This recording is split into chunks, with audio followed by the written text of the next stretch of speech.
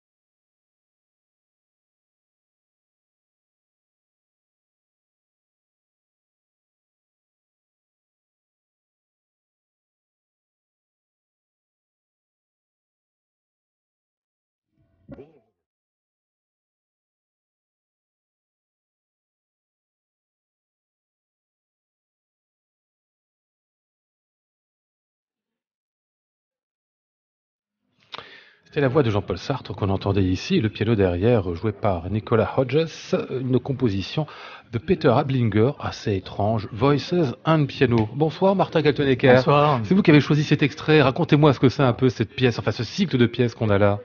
Eh bien, on met des échantillons de voix célèbres dans l'ordinateur, lequel analyse les composantes spectrales de cette voix, la couleur, les partiels, les formants, comme on dit. Et ensuite, on les entre dans un programme qui met des hauteurs, et le pianiste ou le compositeur, tout d'abord, fait des accords et fait d'une certaine manière un miroir, en fait, musical de cette voix parlée, en faisant ressortir ce qui, dans une voix parlée, est mélodique ou musical. Les hauteurs et les rythmes, évidemment. Voilà, donc c'est l'exemple d'un projet qu'on ne pourrait pas faire sans ordinateur. Voilà. Évidemment. Martin Kaltenecker, on vous connaît comme homme de radio, mais aussi avant tout comme musicologue, comme écrivain. Vous êtes l'auteur, entre autres, de cette Oreille divisée, bouquin absolument formidable, dont je dois dire que je l'avais raté à sa sortie en 2010, je n'en avais pas parlé, puis je l'ai lu il y a un an, et je me suis rendu compte de ce que vous aviez fait à l'époque. Donc il faudra que vous reveniez un jour pour parler de ce livre-là, qui est absolument incroyable, dans lequel on apprend tout un tas de choses. Mais enfin, pourquoi vous êtes là ce soir? C'est pas pour cela, c'est pour une traduction d'un livre de Harry Lehman, La révolution digitale dans la musique, qui paraît aux éditions Alia. Qui est Harry Lehman, dites-moi?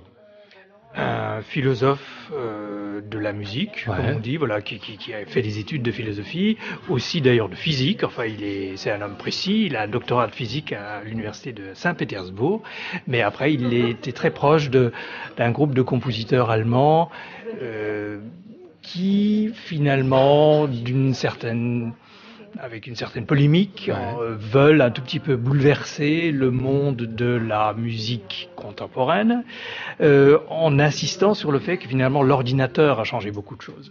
Et donc lui, il était un peu un des têtes pensantes de ça, qui a formulé les choses dans ce livre de façon à la fois très parlante et très riche, et là aussi avec des perspectives qui sont parfois un peu manifeste même. Oui, voilà, exactement, c'est le mot. Et d'une certaine manière, il y a c'est comme Busoni, vous voyez le manifeste novellistique de la musique, où il y a des choses un peu hybrides. On part d'une situation qu'on veut changer et on imagine des points de fuite, des perspectives de ce qu'on pourrait faire, de ce que peut-être la musique sera dans 20 ans, grâce à l'ordinateur, dont on n'aurait pas, selon lui, pris encore toute la mesure, en fait.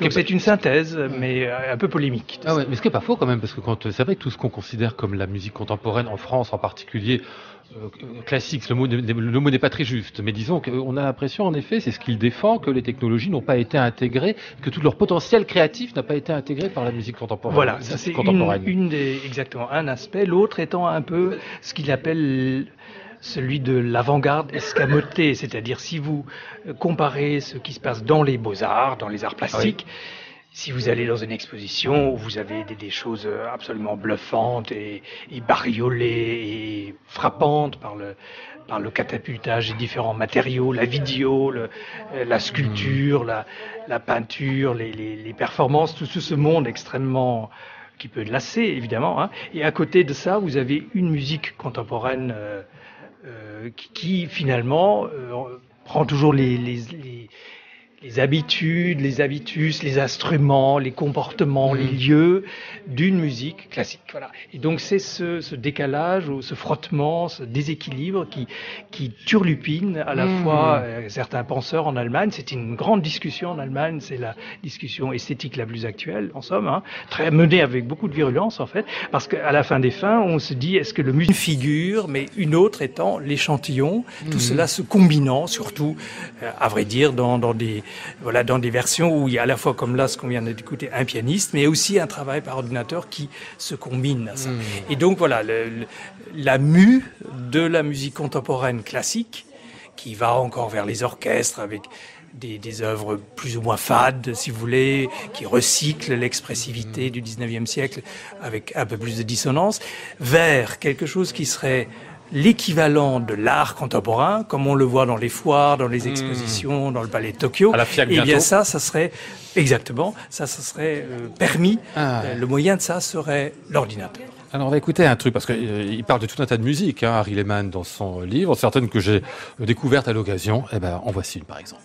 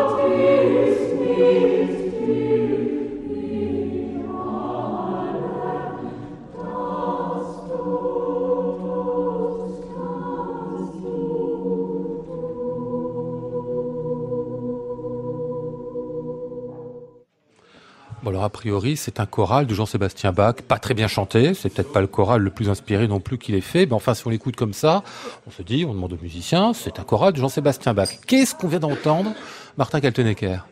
C'est un des exemples de Harry Lehmann, dans ce livre de la révolution digitale dans la musique, d'un fou mathématicien qui a mis dans son ordinateur l'ensemble des chorales de Bach, et pour que l'ordinateur décèle la manière de composer, hein, comme si voilà, on est un peu dans le futurisme là. Et du coup, ça donne des choses absolument hybrides ou qui ont donné chez Cope la 10e symphonie de Beethoven, par exemple, ou la 43e de Mozart, etc.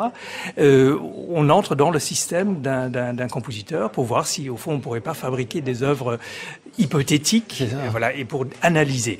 Mais alors, ce qui est important, pardon, c'est oui. que David Cope est celui qui programme en quelque sorte. C'est un programmateur. C'est l'ordinateur qui a composé ce choral. Exactement. C'est-à-dire grâce au programme de Cope. Oui, c'est ça. Qu'il appelle EMI. EMI, voilà. Ouais, alors, ça. il y a deux versions d'EMI qui sont, voilà, c'est un peu voilà, elle est forte format est mis comme elle serait une Siri, voyez, comme sur l'ordinateur, mais simplement elle compose.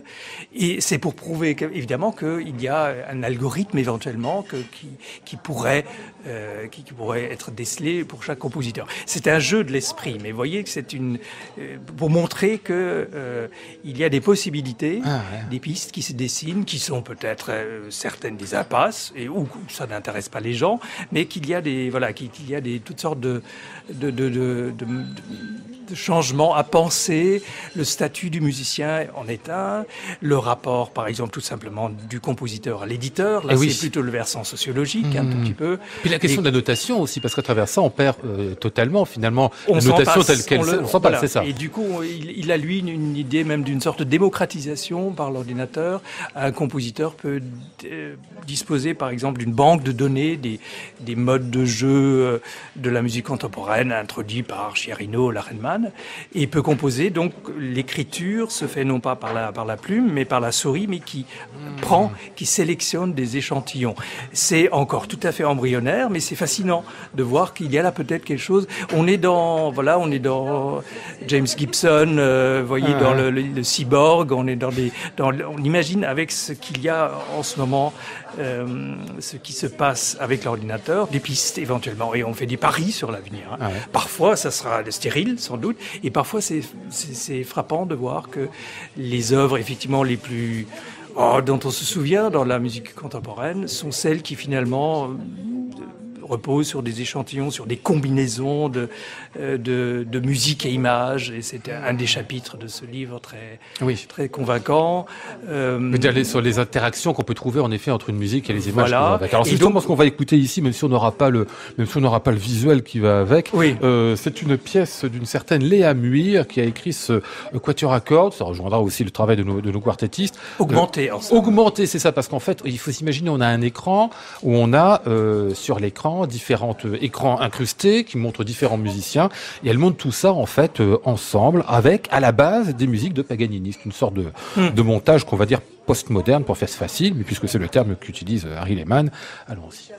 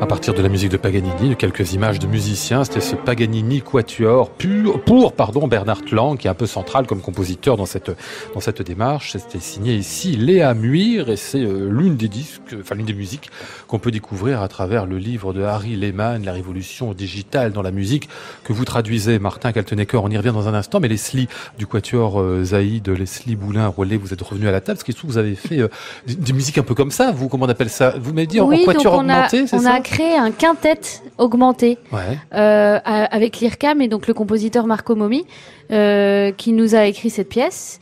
Et donc on a donc c'était au Bouffe du Nord, donc c'était aussi dans un cadre pas vraiment classique. Et puis donc on avait des smart instruments. Donc on avait nos propres smart instruments. C'est quoi ça? Comme un smartphone, mais un smart instrument.